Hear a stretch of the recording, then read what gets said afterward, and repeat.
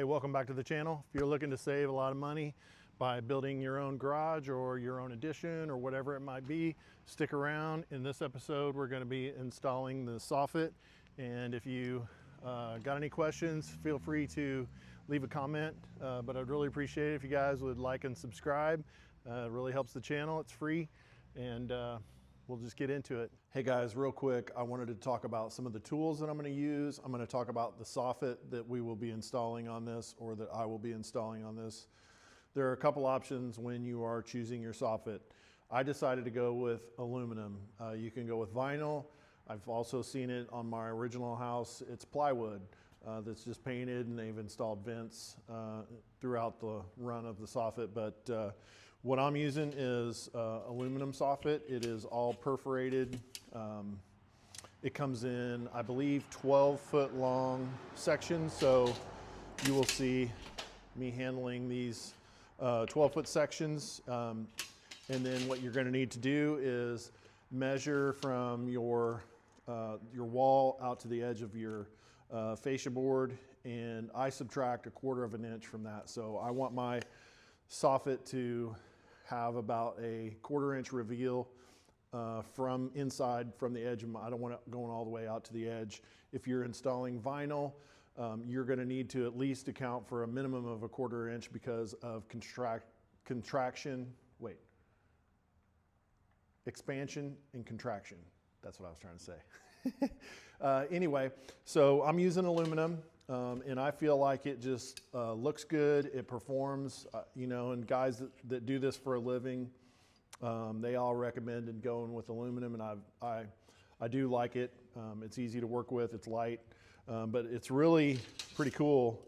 You've got a long edge here that the siding will, or each section will slide into, and then you can tack this up to your soffit however you choose. I decided to use staples, so I'm using 1-inch staples and a brad nailer that does brad nails as well as staples. I'll have a link in the description for that if you have any interest in getting this. This thing I've used this for many years, and it has built a lot of stuff for me. The other thing I would highly recommend is this cutter. Mine takes a DeWalt battery, which I have DeWalt batteries, so I bought this. I'll have a link in the description for this, but it has saved me hours and hours of cutting this stuff. At a minimum, you're going to need some tin snips. These are great, but cutting this stuff with tin snips, I just didn't want to monkey with it, so I'm going with this. It performs great. This is your F channel that you use. It is also aluminum, and so it will install like this, and then your soffit will slide into the F channel like this, and then you will nail or fasten under here. And you can also use screws, you know, some finished screws. I would get the white ones, obviously. If you're using a different color material, then go with that. And that's really about it. This stuff is really cool, and I hope you guys enjoyed this video. We're going to try to get this soffit up and keep going on the garage.